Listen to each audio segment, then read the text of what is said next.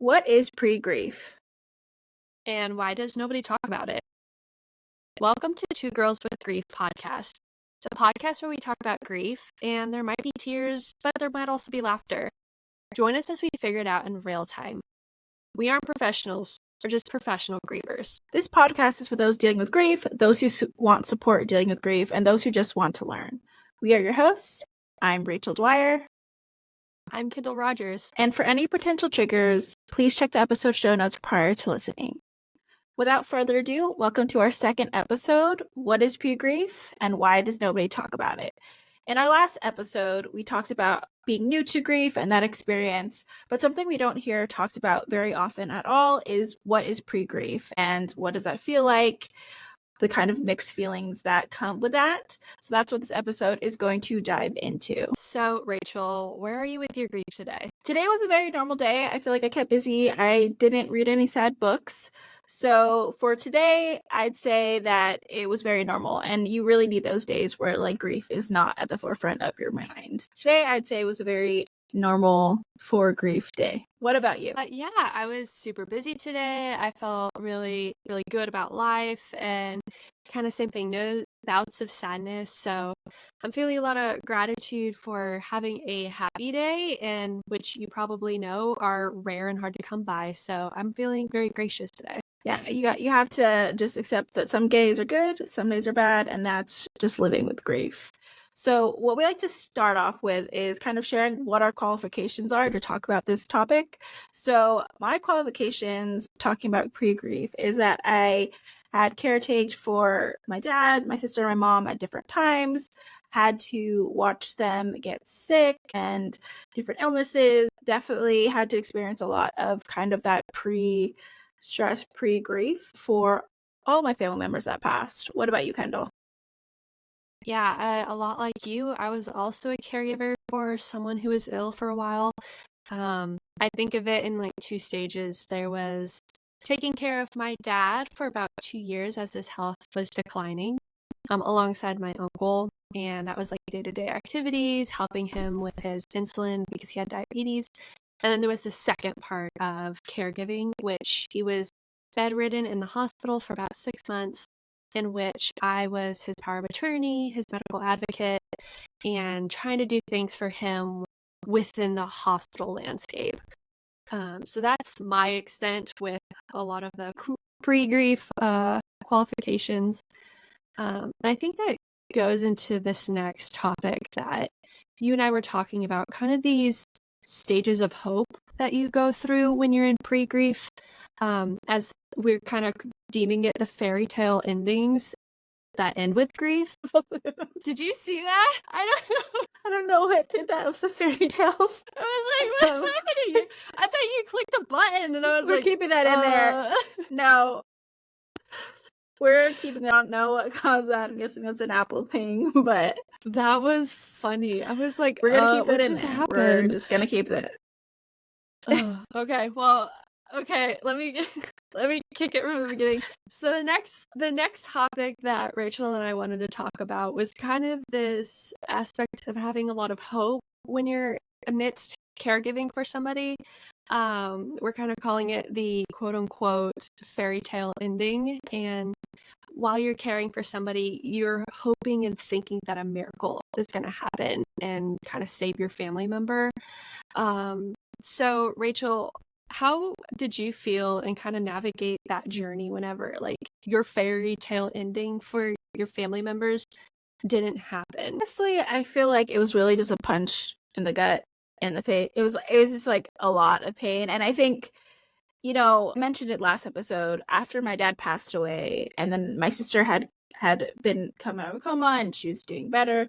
Like, I think at that point I could almost feel like there was a fairy tale ending and not. It's like, obviously it's really sad to lose my dad, but it's like, okay, the positive is that my sister is still here, I have like my other family, and maybe there's some things we can learn from this. And so I think I very much in a way was like, okay, there can be things that you learn from this and positivity. And my dad still taught me so much while he was here, so I was like, there's so many that you can be positive about stuff. I think as people kept passing away, definitely like fairy tale ending was like, that's not happening. I mean, honestly, I think I just was really sad about it. You know, you think, especially with mom, was like, this isn't going to happen. Things are going to turn around. And even For my sister, sure. you know, definitely times of like, this is going to push forward. But I think it makes it really hard. I mean, it's honestly just really demoralizing when you're trying to be positive and you're trying to think like, you know, you want to always have hope. You always want to think that things will work out in the best scenario. And when they don't, it's honestly just like a really challenge to your mental health and like what you think your life's going to be. Because even beyond like the fairy tale ending of like your family members being healthy, it's like you think about what is my personal fairy tale ending with, you know, my romantic partner and who I'm going to marry and weddings and all of that changes. Yeah. You lose family members. And when you picture them being there and being supportive, if you have a family, like all of that changes, all of that is taken away. So I think it's beyond just even thinking, well, things work out. You know, in movies, there's always a happy ending. It's like, it's really thinking about like my happy ending is just really derailed or very different than I thought it would. And I still don't know what my like happy ending for myself looks like. Like I still like that's something I'm still working on. But what is your kind of thoughts on that, Kendall? Yeah, I 100% agree with you. It's just like a devastating thought to think it's not going to turn out happy at the end. And you know, I think a lot of people kind of have to uphold that hope throughout the process because thinking of the alternative is just heartbreaking. And you're right, it's very demoralizing and it puts you in a place that you're like, how can I stay strong in a time like this if I don't have hope in that?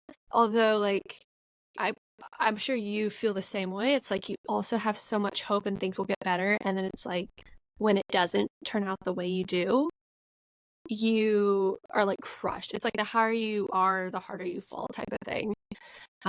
So that's kind of like my experience with like hoping too much about a situation and then it not ending in the magical, you know, oh, he gets better at the end because that wasn't the ending for me. Yeah. And I think kind of on like a different level is like kind of like the woo-woo side, which I think some people might take it towards prayer. And I think we both have had, you know, experience with faith and kind of our thoughts on that, which we can talk about another time. But I think like the woo-woo side of just thinking like I think you see so many things about like manifestation and kind of like I'm a Yeah. lucky girl and there's lucky girl syndrome, and I follow so many people on different platforms that really talk about that. And it's like your life, you know, you can kind of direct your life in different ways and bring things to fruition. And it's like it's really hard to even be in that mindset. And I do think having a positive mindset and channeling positive thoughts does help. I think, you know, you become a self-fulfilling prophecy when your mind goes to a negative place because you just keep kind of going in that direction. But it is really hard because it even feels like inappropriate to say like I'm a lucky girl. Like, you know, when you're saying like I have lucky girl syndrome, I'm a lucky girl, it's like how can I say that? Like it feels inappropriate. And I know that when people talk about grief, a lot of times like even people saying they feel happy sometimes is like, is that okay to feel happy or okay to feel like this I have a good day without them? I really try to be on that like positive kind of woo side of like good things will still happen to my life. I can still attract really good things in my life. You know, I can have that lucky girl energy, but it is really hard to do that and to think about that, like even just say I'm a lucky girl. It's like you don't look at my life and be like, that's a lucky girl.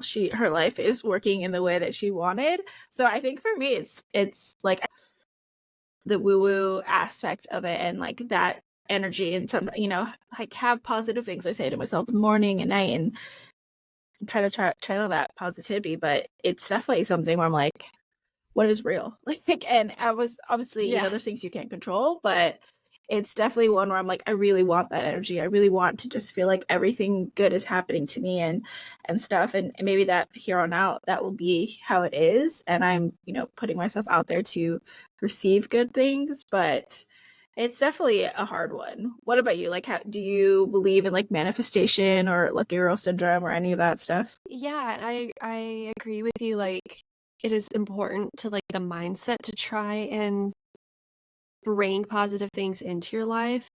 Although, like, I did not feel like any type of lucky girl going through any of that experience. In full actuality, I felt like the most unluckiest person in the world.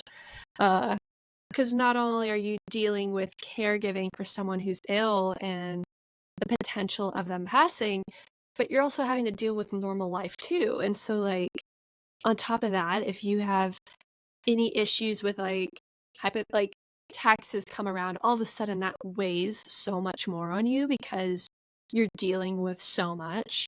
And it's for me, it was like any little thing would set me off because I was already dealing with a very hard situation. And then having to deal with these like day to day kind of menial tasks was even harder. Um, and so like I agree with you. It's definitely like a yes and a no. Like, and kind of coming back full around in retrospect, I do find like now having a gratitude mindset in the world, I have more of that like lucky girl syndrome, that lucky girl like idealism of like if I put gratitude out in the world, hopefully that comes back to me. So that's like how I don't know how I kind of see that. But I think that leads really well into the next thing of like you're caregiving for somebody who's still here and you're kind of like beginning a process of mourning their life that they once had.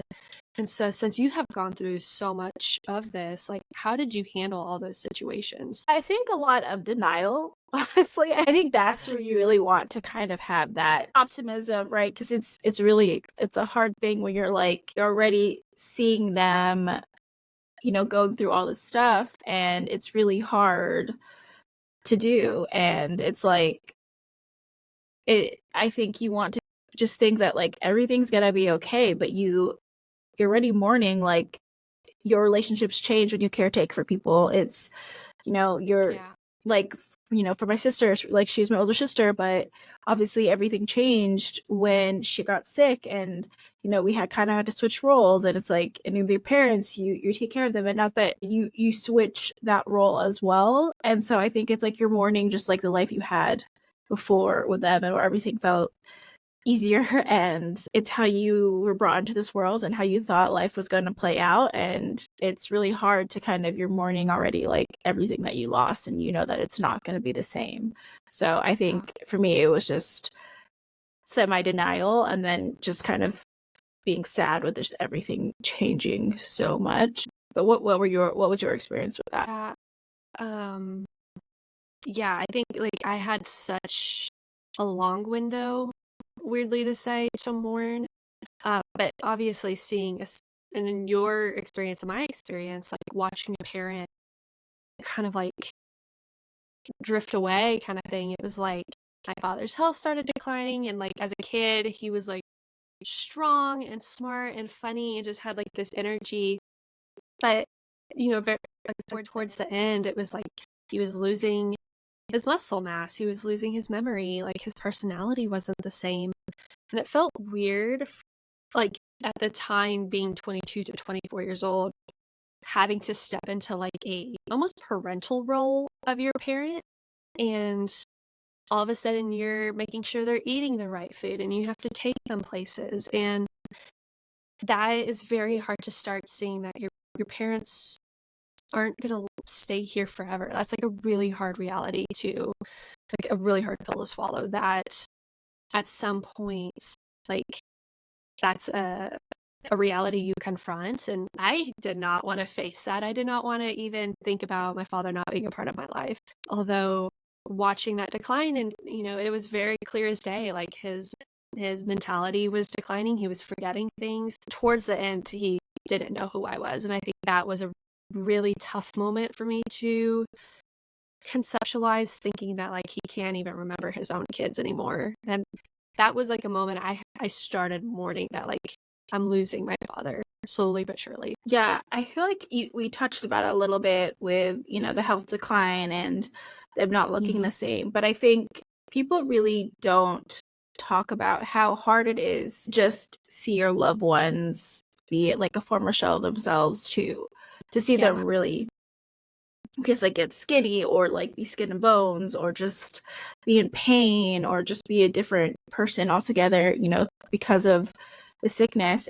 People don't talk about just like how difficult that is, and like you could have those images stay in your head. Like I hate remembering them like that. I hate remembering them in the hospital. I hate remembering, Me like, there's too. so many images in my head that I'm like, I just literally try to shake it out of my head because I hate thinking about it. I hate, like, I don't think it's like, I don't consider it normal to see your loved ones like dead. I don't, like, it's such a weird image, and it's like it pops into my head, and people don't talk about just kind of the toll it takes, because it sticks to you. It doesn't just like when they actually pass away, you don't think about seeing them like that. You don't think about how, how hard it was to see like that, and in a helpless situation where you can't do anything to fix it. And, you try so many different things, but it's like at the end of the day, like there's nothing that you personally can do to get them back to a healthy space. And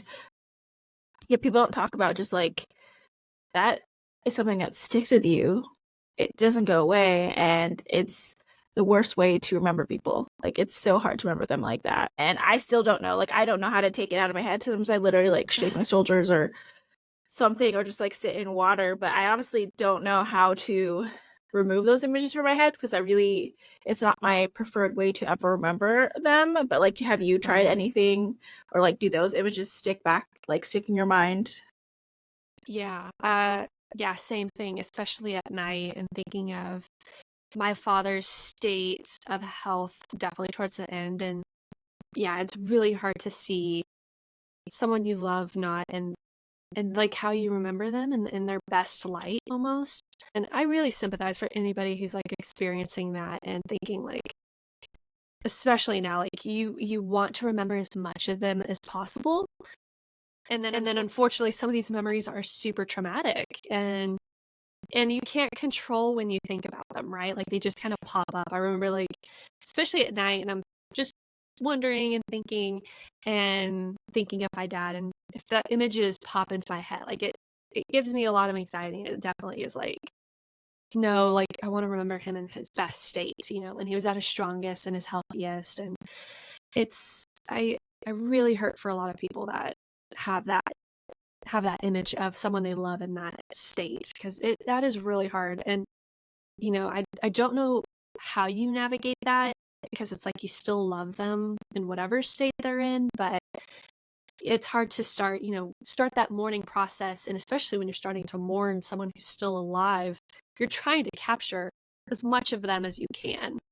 And that kind of puts more emphasis towards, like, unfortunately, the worst parts, or the worst, I guess, state of being or their health they might be in at the moment, which, is really hard to think when they, especially, is sick into dying. And I think, like, that active process of, like, knowing a person is passing, like, that's really hard. And so I remember, like, my dad wanting to have this pre-death conversation with me, and it was like he knew the time was close. And so fortunately we did it when we did. But I'll tell you, from like as a daughter, and his power, like eventually it was the conversation that led to me being his power of attorney.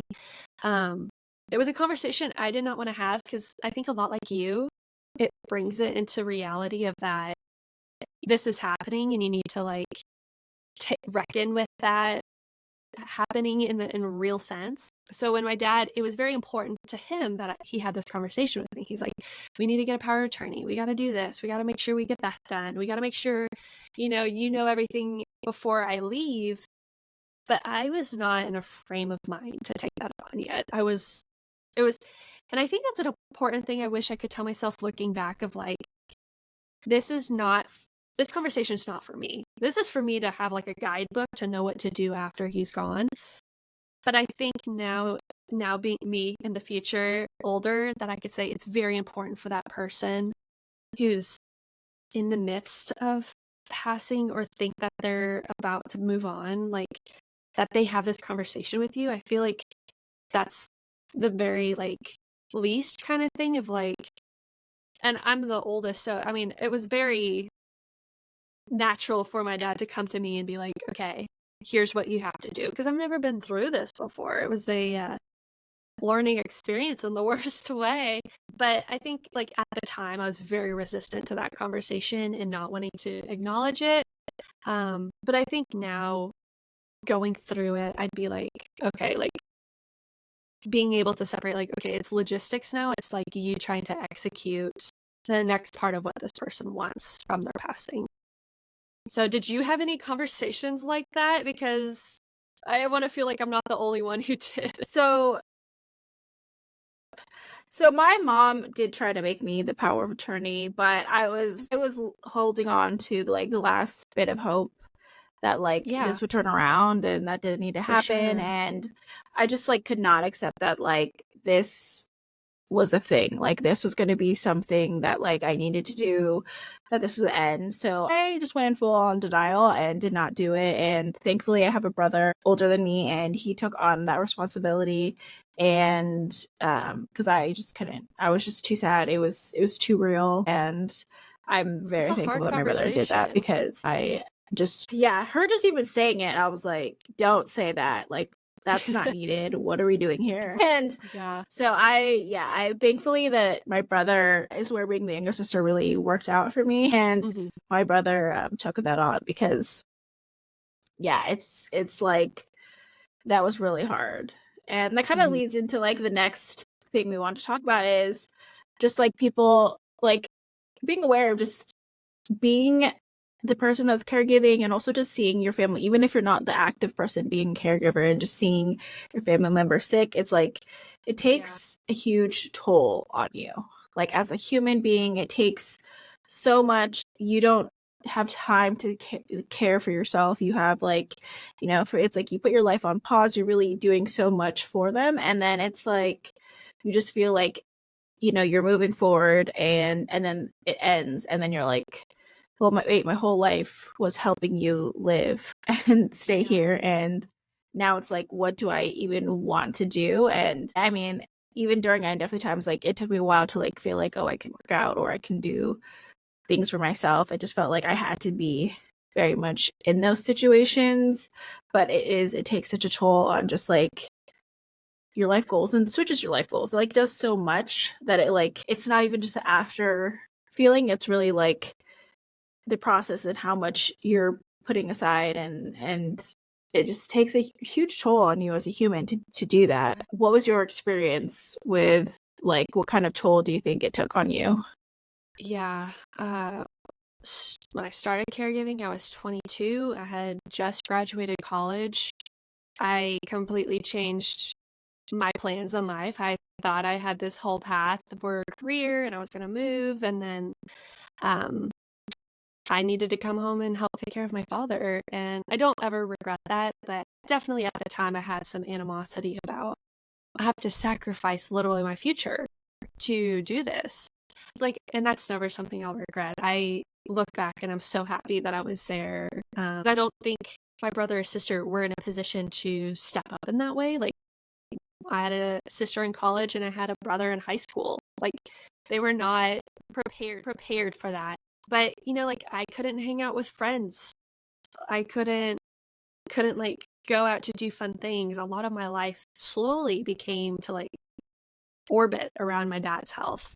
And there's so much stress that you take on and so much guilt that you take on if you were to do something for fun, being like, geez, I get to go do something for fun, and yet, like, my father's at home. What if something happens? Like, what if something happens and I'm not there and I can't be there to check? And so I think, like, slowly and surely over time, like, I isolated myself, which isn't good. I totally think that it is so much easier if you have a community or support that people can step in and be like, let me give you a break. Like, you take 2 hours and go run errands while I can like look after your loved one and make sure like everything's good.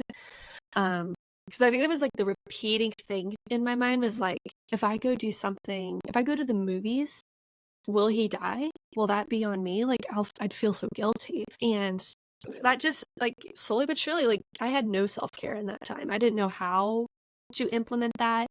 And I wish looking back that I asked for help more and relied on other people to help me be the best version of myself, so I could have been a better caregiver to my father, which I think rolls into the fear of like people's outside opinions. When people aren't caregivers and they come in telling you how you should be doing things, I had a lot of people telling me I could be doing things better, and I was like, well, shoot, I'm trying my best here. Like, I'm just a girl who doesn't know anything. Like, just trying to keep a grown man alive. Yet it's heavy and it's confusing. And, I think like you can't expect you to be perfect all the time either. It's a part of accepting that you will make mistakes, especially if you're younger in this position.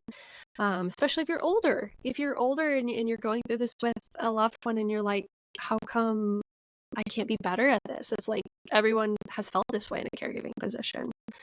So what was your experiences with like people outside of the caregiving space for your loved ones, in which like did you feel that pressure? Did you feel like those expectations from you? I feel like for certain times, I mean, I think somehow I kind of defaulted at different times to be the caregiver, but I think, in my opinion, I think a lot of it is like, I feel like the people that would not caregive have the high, like, say the most, and a lot of people can say how things should be, and it's like, as a person that's caregiving, you already are questioning everything, questioning life, like not even just for them, but for your own life. Like, you're doing so much and handling so much that it's like the people that aren't in that situation always have the most to say. And the truth of the matter is, like, people, like, unless you're doing it and you're in it, like, you shouldn't have an opinion on it. And I think sometimes it makes it harder when it's like people don't know what you're actually going through, but people say the most when it's not their experience, and that just really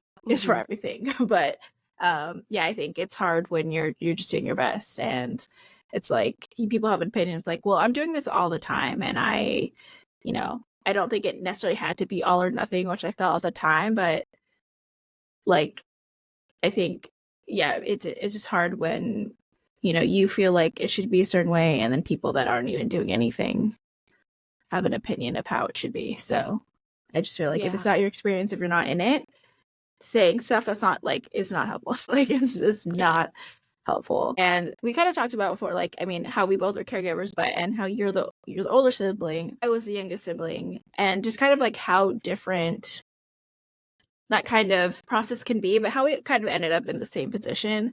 I think, being the youngest, I still like my dad. When my dad had a heart issue that happened, years before he passed away, but he still needed like a whole summer where he needed help, and I gave up my college summer to be there the whole time. And at the time, my brother and my dad didn't have, like, they had kind of a strained relationship, so I think it's fair that he wasn't there for that. I think it wouldn't have been a good situation for them. But my sister, she was also nearby. Like, she never took, like, I'm going to be here for a week and I'm going to take over her own life. And, now that she didn't make it to 29, I'm like, okay, like, I'm glad you got to live your life. Right. And, it's like, I'm happy she got to live as much life as she did, but at the time, it really was like really hard for me that I'm like, I'm the youngest, and so many ways it's like people, when you're youngest, you get told you're like a spoiled brat, and I feel like in some ways, yeah, I definitely was, but like, I mean, in maturity wise, it's like I also don't think I got enough credit for, like, I gave up my whole college summer. I didn't see my friends. I canceled all my trips. She didn't, and like, it was a whole summer where I'm hanging out. It was before before you really could just entertain yourself with your phone. So it was a lot of like hanging out with my aunt, uncle, and my dad all summer, and not a ton of activities. So I think I never got enough credit for, like, that was really hard. And it was interesting, like, as the youngest, I had been doing that forever. Like, my dad had depression growing up, and like I was still like kind of the main person always helping. And yeah, I think somehow that became a role, and I don't know how when I'm the youngest, and I don't think it'd be assumed that like I'd be taking that on. But I mean, my brother definitely helped for like my sister and my mom when they were sick. I think it's one of those weeks where you wouldn't expect it, but then of course everything escalated from there, like the amount of caretaking and everything. But yeah, it's interesting as the youngest when you have to like step up and change everything. But what was your experience as like the oldest sibling? And I know you said your siblings weren't in a place to help, but at the same time I think sometimes it's like, when is it fair to act? Is it fair to take it on yourself? Like that's kind of the questions that I feel like, what is fair, you know? Yeah. And I think even just with what you've experienced, and I think as like an older sister of 3, I can't imagine sharing that burden with my youngest brother. He's the baby, and it's something that I didn't try to hoard from them, but it was also something I didn't want them to feel the pain of. And I think culturally, this is like where I think growing up in Texas, that's different. I kind of knew my entire life, like as the oldest, it was expected of me and it was my responsibility to look after them. And if something were to happen, I was the next one after my parents to take charge. And I kind of always knew that. And I feel like I was trained that way, weirdly enough. Like, and I don't want people to feel sorry for me listening because I'm very proud of that. I feel like I've done a good job in the past year of trying to be a big sister and trying to be there as a sibling. But there was a time where I felt like I was acting as both a mom and a dad to my siblings. But I think for the main part was that absolutely, like at the time my brother was, I think, 17. He could have 100% stepped in and helped out with that. But I think in some way I was also trying to block them from that experience. I didn't think, if I try to rationalize how I was thinking back then, I believe that I was trying to shield them from the reality of like understanding how sick our father was. They knew it, they understood what was going on, but to the level, I don't think they quite comprehended where he was really at. And that's heartbreaking. It was heartbreaking me to watch that every day, but I didn't want them to have to keep experiencing that. I'm even now, like now that I'm kind of like the quote unquote leader of the family right now, I'm trying to coach my sister of like, let's think practically and let's think logically. If something were to happen to me, I need you to be ready to step up to look after your brother. And she's kind of like understanding this is the role that I've always had to fill in our family. And I think she's gained like this appreciation of that. Is it a hard role? Yeah. Is it expected? I don't think so. It's not as, I'm not trying to force her into that position, but it is easier to be prepared in advance than having to like figure it out afterwards. And in which I'm thankful for. I am thankful that my parents kind of told me that you will be strong enough to do this. Because there's no other option. Like you have to be strong and you have to figure this out, and you will, because you're there's nothing else that you can do. There's no other option. To fail at this, to like flunk and trying to how caregive and lead a family, like I don't want to do that to my siblings. So taking on that burden, I think I am more than happy to do that every time for them. And I just hope that, in turn, they can do that for each other. That also leads into caregiving is a thankless job. And I don't know if anyone ever told you, like, good job, Rachel. Like, you did, like, that was hard. That's hard to do. It's hard to take care of someone in that position. And I think at times, like, I just wanted to hear that from somebody of, like, I'm proud of you. Like, I'm proud of you for stepping up and doing a hard thing. And for me, in my reality, like, I wasn't really told that until after he passed. And at that point, like, I was in such a different state of mind. But while I was in the actual caregiving position, I wish, like, someone had told me, like, this is really difficult. You're doing a good job. Like, you're doing your best. I don't know if you need the same validation like me, but was, like, that ever told to you where you were, like, appreciated for everything you did? I mean, I definitely know, like, when it was happening, like, I know that, like, my actually family members appreciated it. I don't think a lot of people understand really what's going into it. And I think when you're in it, sometimes you're just you're really just thinking about the next thing, right? Like, yes, there Yeah. might be feelings of like, this is hard and it feels like you're feeling all those emotions while it's happening. But I think sometimes it's hard to step back and just like even acknowledge what you've been through, what you did, what you kind of your own strength and everything. Like sometimes it's really hard to acknowledge that.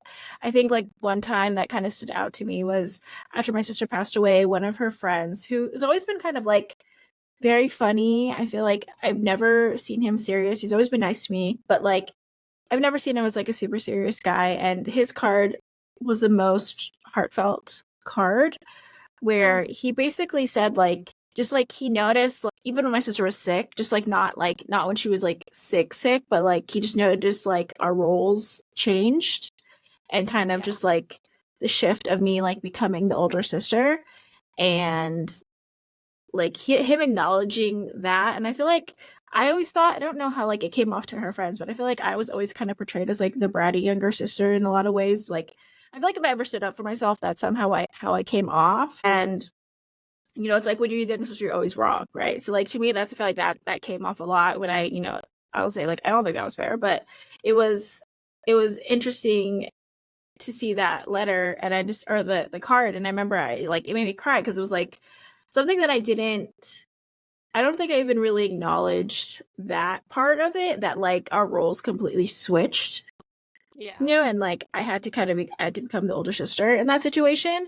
I don't think I really acknowledged that thought process until I read his card. That I was like, oh, yeah, like that's also why like it goes back to like the mourning the situation, mourning like your relationship with the person, um, all of that. And I think I just remember that card. I was like, oh wow, like that's true. And sometimes it's like that's where you have to step back and be like, that is a big change and that's really hard. And I think it just shows like when you love someone, you don't think of that part. You just think like, Yeah. I need whatever you need, I'll be there for you. And I think that was like a good kind of step back to be like, you definitely need to acknowledge your strength more and like just what you take on and like give yourself Yeah. credit for that. Cause I think that's something you don't really do in the moment. You're just For like sure. trying to make each day go by.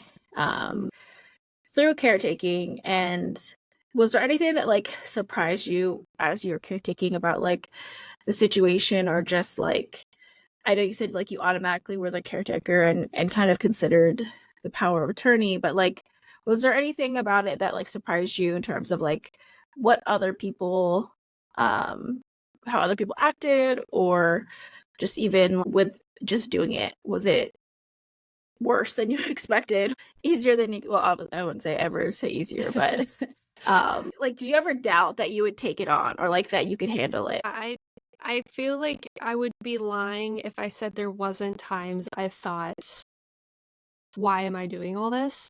I feel guilty saying that even now. But that's the honest feeling. I feel like when you're doing it, especially for a long time, you're like, how long can I keep this up? And it's kind of like a flash. It was just a flash in my brain, and immediately I felt selfish, and immediately I felt guilty for like, well, you wouldn't give this up because you love your father. He's done so much for you. This is the least you can do is be there for him in his 100% complete time of need. Like he needs somebody more than ever. Like this is where I had the time and I was the oldest and I had the know-how. I was like, of course I was going to step up.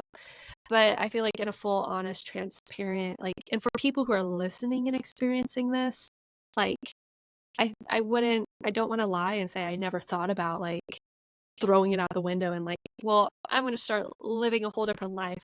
I think another thing is how tired you are. I don't that was something I did not prepare for or expect.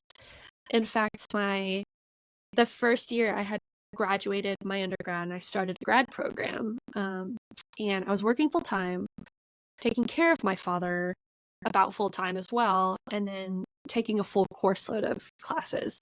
And I flunked out of grad school. And I thought that was such a representation of me that, well, what do you mean I can't take all this stuff on? Like, of course I can. I can do anything I put my mind to. And I think that really hit me upside the head of like, no, you're tired, like, you're not sleeping even through the full night, like, you're taking care of your father in the middle of the night, you're working a full-time job, and at the time, the job wasn't healthy position, like, I wasn't in a good state of mind even with that job, the pay wasn't good, so I was already just, like every part of my life aspect was, distraught. So, yeah, I was not in a place to, like, succeed in school, um and I kinda had to, like, let that go because I was like, "Well, I need a full-time job, obviously, and I need to take care of my father." So, letting go of, like, that I don't wanna say it was like a dream, but letting go of that thing that I really wanted to do was grad school and be like, "This is just not the time in my life to take that on." And so those were kinda, like, things I was not expecting when I took on the responsibility of caretaking. But tell me what was surprising to you when you entered that role? Think I don't even honestly know what I felt in that time. I think Mhm. it was something that was very automatic to me. I think the things that Yeah. shocked me was, like, it not being automatic for other people or just, like I said, like, my sister wasn't, like especially, like, when my dad was sick, like, she was very Mhm. much kinda doing her own thing, and I think the shocking part to me was, how does this end up just being me? And, like, it's not Right. fair, and, Yeah. for that kind of stuff, I'm like, "Oh, I need help." I was in college, I was like, "Why don't I get to enjoy any of my summer or get to enjoy any of that time?" And it was one of those things where it's like, I did think that, but at the same time, I also knew, like, I wouldn't just leave my dad. I knew that I was gonna be there, like, I just felt like that like, someone had to, and he needed someone, and, Yeah. I was gonna be that person. But I think it's sometimes where you realize, like, caretaking isn't for everyone. I think it's like everyone always says that, That's like, true. sickness and health, or I'll be there for you if you're sick, and the truth of the matter is that a lot of people are not made to be caregivers or capable of it. And like I said, like, my sister didn't make it to 29, so, like, I'm at the end of the day, I'm like, you you live your life, whatever life you gotta live, that's fine. If I had to take a full summer so that you can live your life and enjoy as much of it, like, now I'm like, yeah, like, I'm happy you had a summer, that you didn't spend the summer Yeah. doing that because she had limited summers. But, it is one of those things you realize, like, not everyone is made to be a caregiver, not and so many people, the assumption is that everyone will do it. I think it's way less people that are willing to actually do it than they say. Like, people Yeah. talk a lot, but actually be there and do it and see the things that you see and experience the things that you experience. Reality is that there's probably more people that won't do it than will. And I think that's kind of I think a slap of reality of just, like, how people really are and the reality of things when life gets tough. And I think it makes you see also, I think, like, looking in the future of, like, even for your own future partner, like, what do you see as important, and, like, what kind of traits you want in your partner that like, he would actually be there for you if something happened, For or, like, sure. what is supportive. And I think also you need someone that knows how to be supportive of your grief. There's a lot of things that kind of connect with that, but I think a lot of it's just, like, it's kind of gives you a glimpse into, like, how people really are when you're dealing with all of that. Yeah, that's such a good point. All that stuff, and I think particularly, like, having someone step in and want to do that, that's so important to find, and then thinking, like, the people who would step up don't, which is, like it's crazy because people have skill sets, and I think people can they may not be able to be, like, a physical caregiver, but they can be applying their strengths or be able to take time to do something else.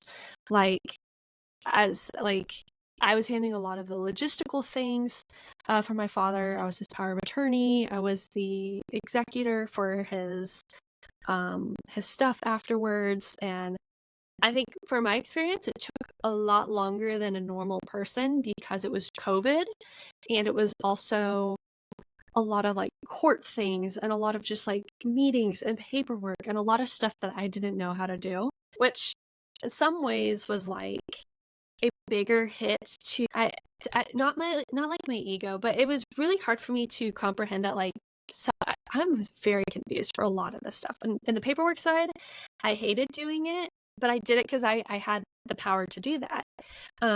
Thankfully, like, my aunt and my uncle were super supportive in helping me with things and would help me kind of understand the legal lingo and what does this contract actually mean, or what does this paper actually mean, or how to find things that I had no clue how to get access to. And still like empowering me with the choice at the end of the day to make the best decision on behalf of my dad. And so I felt very grateful. And I know a lot of people do not have that support system or that luxury of having people in their life come from like a pure place in their heart of wanting to help someone figure out the confusion of like death related stuff, you know, like you and I've been calling it like the logistical grief, because it's like the boring part of dying is the paperwork you have to fill out. But and if anybody out there, a little shout out to all the people who helped me figure out this stuff with my dad. I think it's because they all cared for him, and they really wanted to make sure me and my brother and sister were okay at the end. I appreciate you immensely. I am just so grateful for all the people who didn't take advantage of the situation like they could have. And I say that every time I can, because I know there's people that could have.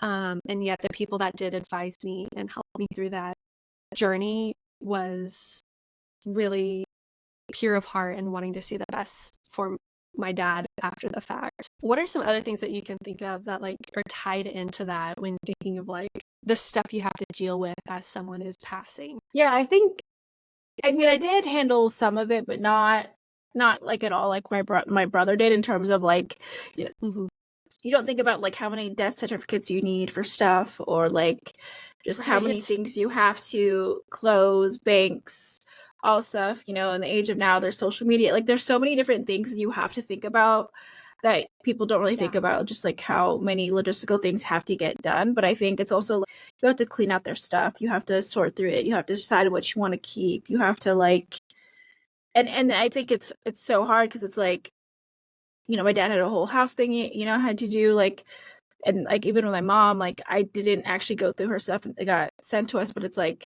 I feel like there's still so much stuff that of hers is missing that we still haven't even gone through, or I don't even know if it's gone or whatever. And it's really hard to go through people's stuff and like sort through it and decide what do you want to keep or don't want to keep. And it's like I have so much stuff that I'm like, should I still keep it? That it's really hard to decide like what do you need to keep versus what to not keep. You know, it's like you're going through someone's all their possessions and deciding what is worth keeping. That's such a hard decision to make, and you don't really usually have a lot of time sometimes to decide those things.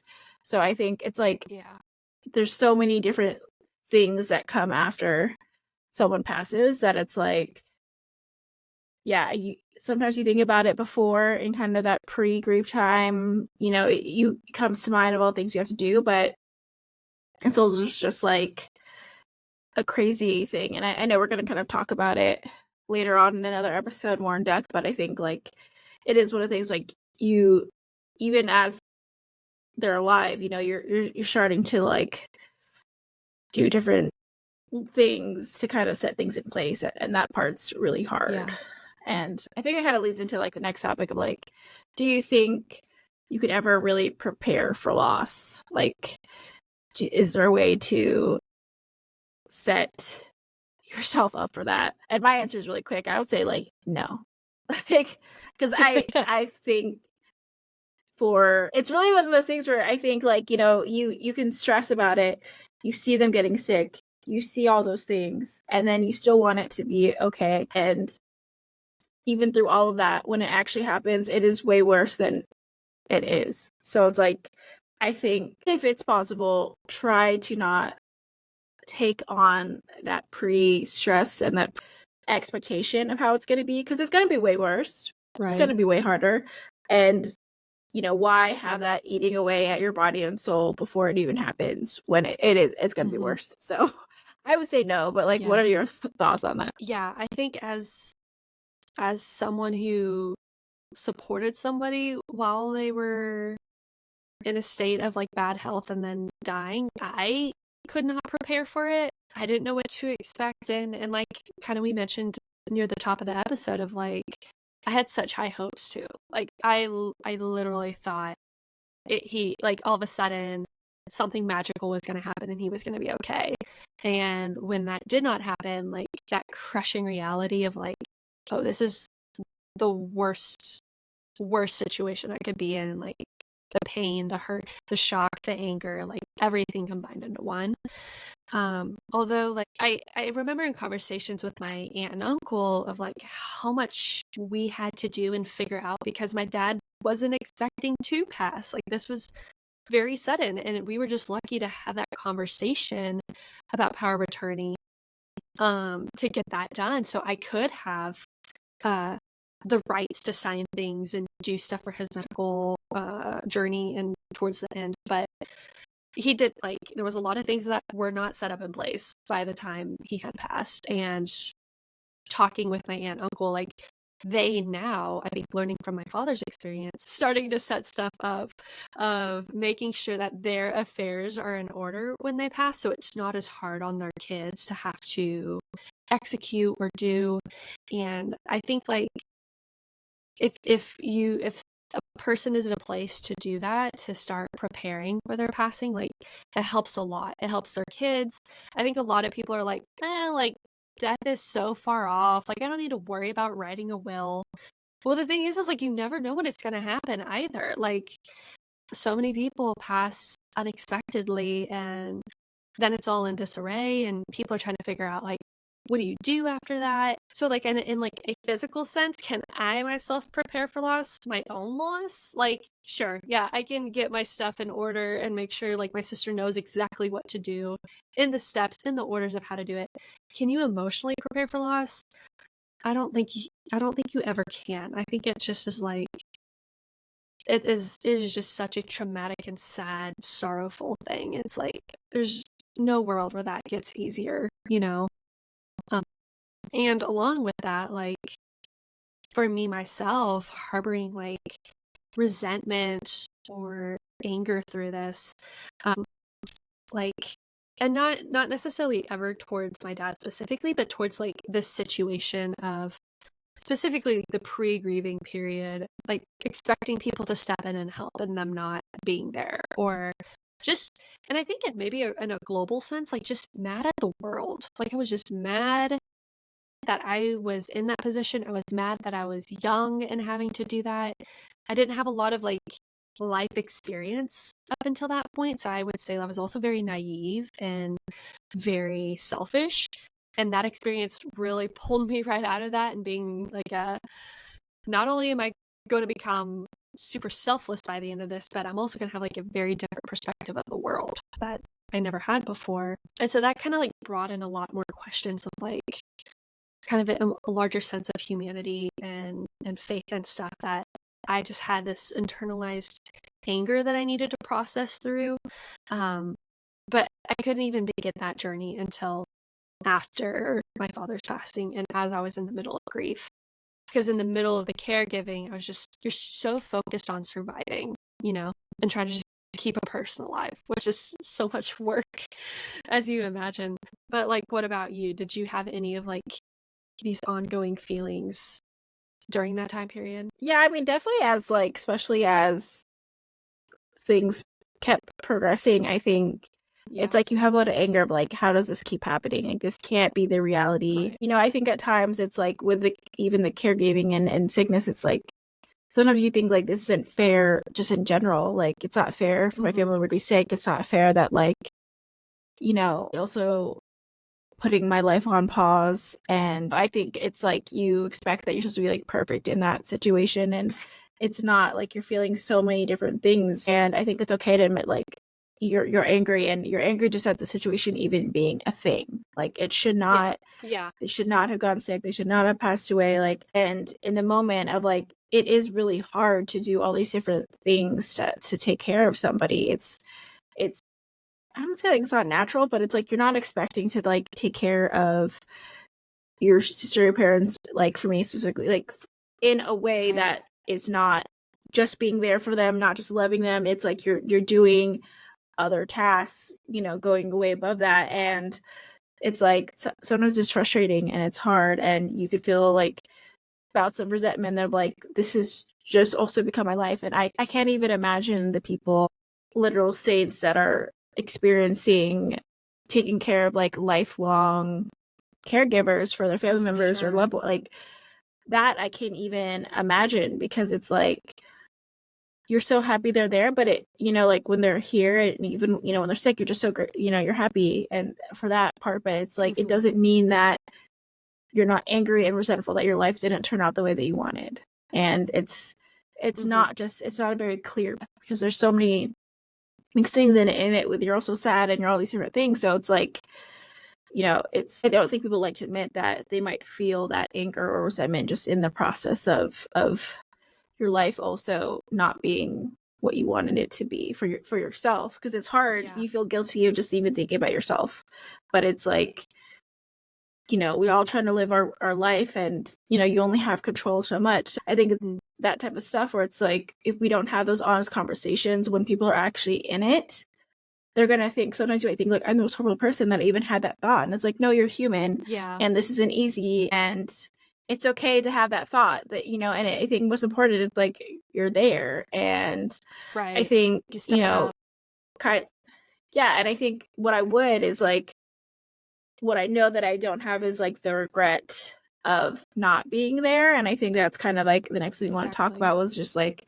regret. And I think it's like, when someone gets sick, you have the choice of like, am I regret not going to be there for them? Am I going to regret like doing my own thing and not really being there for them? It's like, I don't have that regret. And that makes your heart so much lighter, the one aspect, because there's so many things.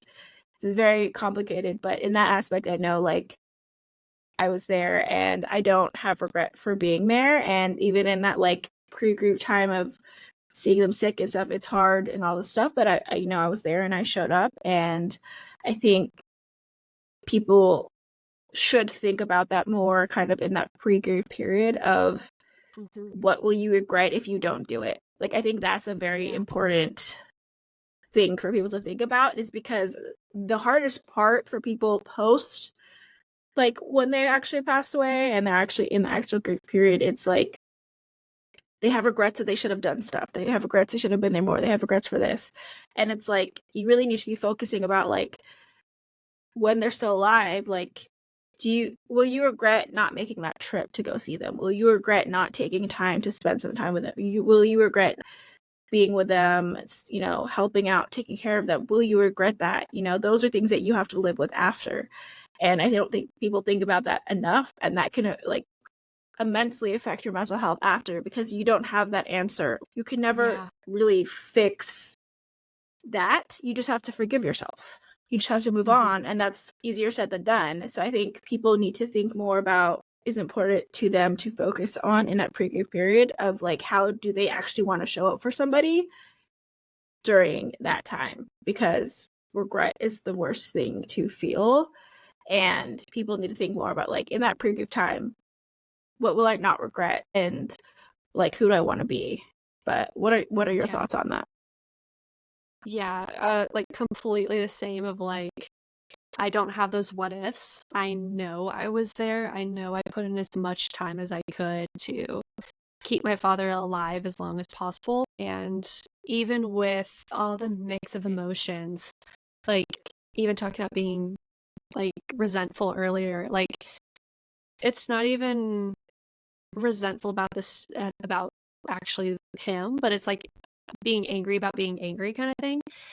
And still, I think all that is worth it to not have that weight of regret on my shoulders for the rest of my life. And man, do I empathize for you if you are in that position where like you do have regret about all the things that you can't do or say to somebody after the fact. I don't even know how you reckon with that feeling. That's something like that scared me enough into doing whatever I could during my time with my dad to make sure I didn't live with that, because that would not have been well for me.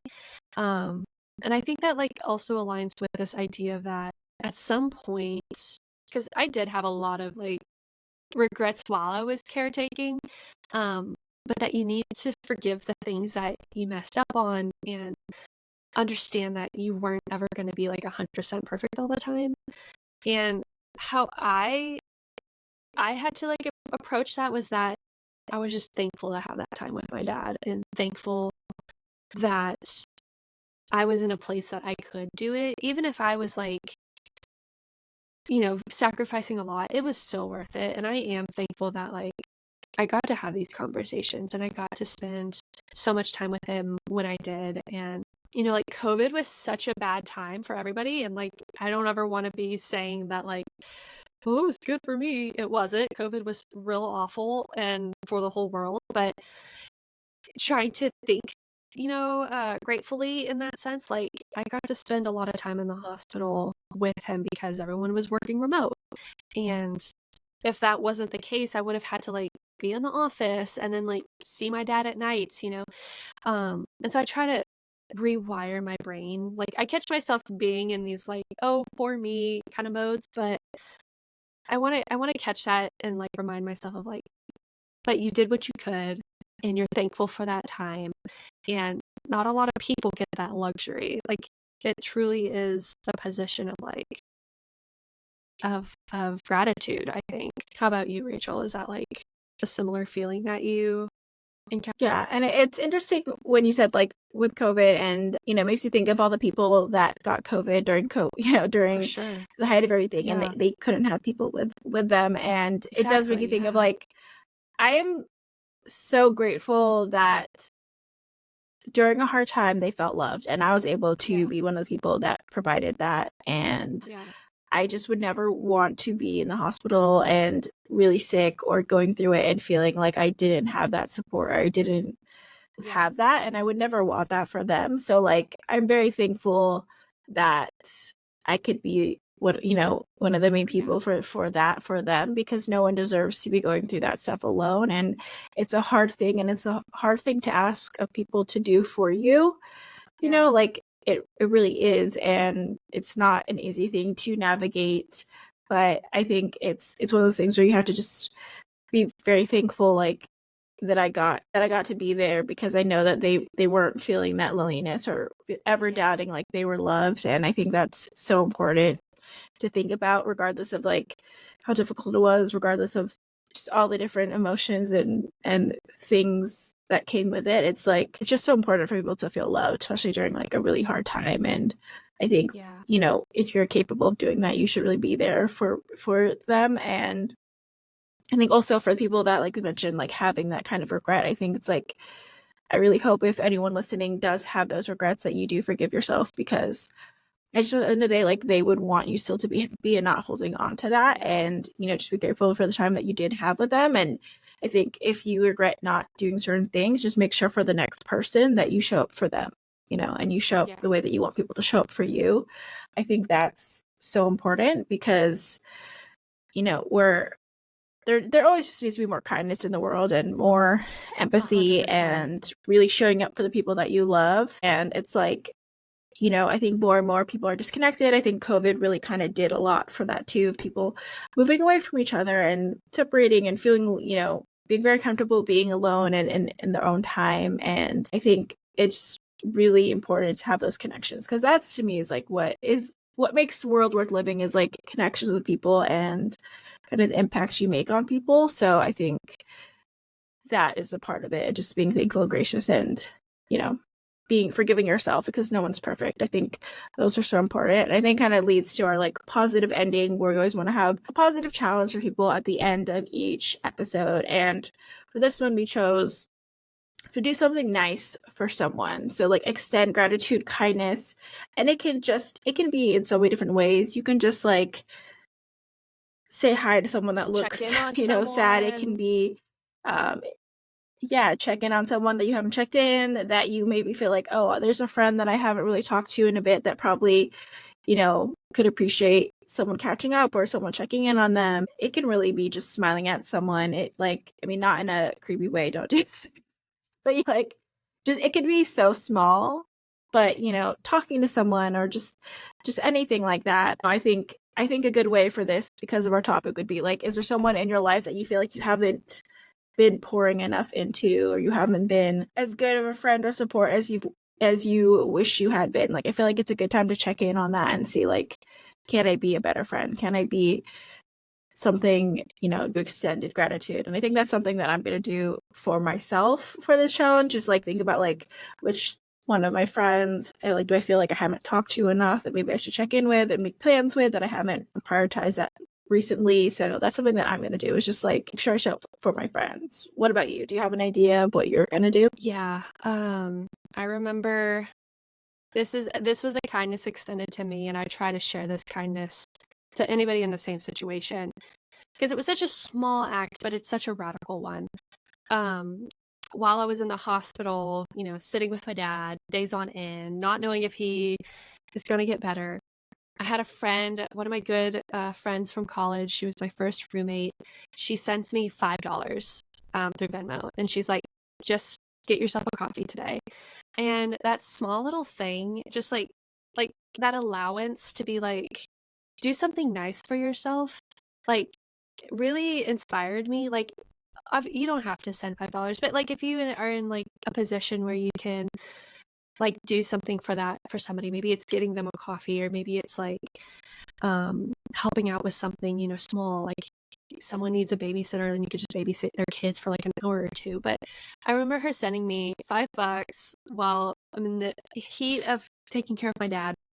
And now anytime that I know someone is about to lose somebody and they're in like that medical kind of period of being in the hospital, not knowing if they're going to come out of it, not knowing if things are going to end okay, you're like awake all hours of the night. You're so like wired, but you're also tired at the same time. And I send people money to buy themselves a coffee. Do they spend it on coffee? I don't care. I think it's the fact of like a reminder to them that do something for yourself today, because you're spending so much time caring and loving for somebody else, that you deserve a coffee. You deserve caffeine to stay awake a little longer. So that's the kindness like I try and share with people when I know they're like going through these situations that you and I have gone through. And as always, there's resources in the show notes. Please peruse that. Please look into that. There's a lot of great tools there, and we highly encourage you to take advantage of them, because who knows, like something could really help you. And a reminder, we have new episodes every Tuesday. Yeah, and how to join the club. So not literally, if you haven't lost anyone, you're always welcome to listen. We always think that these conversations will also help you just like be there for someone that's going through loss, be a better friend, know how to talk about it more. So we hope that you don't literally, if you haven't already joined this club, that you don't have to anytime soon, but you can just still learn from it. But you can follow us on Instagram, TikTok, and on YouTube. You can follow us. Our handle is 2girlswithgrief pod, and it will be in our show notes as well. We also always love to hear your challenges, so please email us at 2girlswithgrief@gmail.com. We'll also put that in the show notes. In the next few episodes, we'll start sharing like challenges that we hear back from listeners. So look for the show notes for that email. We'd love to hear that. And as a final reminder, grief always looks different for everybody. So if nothing we said resonates with you, please don't worry about that. Hopefully something that we talk about in the future resonates with you, but just know that hopefully we're just trying to find a space and like community for people that are grieving or wanting to learn. And we're just hoping that it's helpful. So we'll see you next week. Bye. Bye, everyone.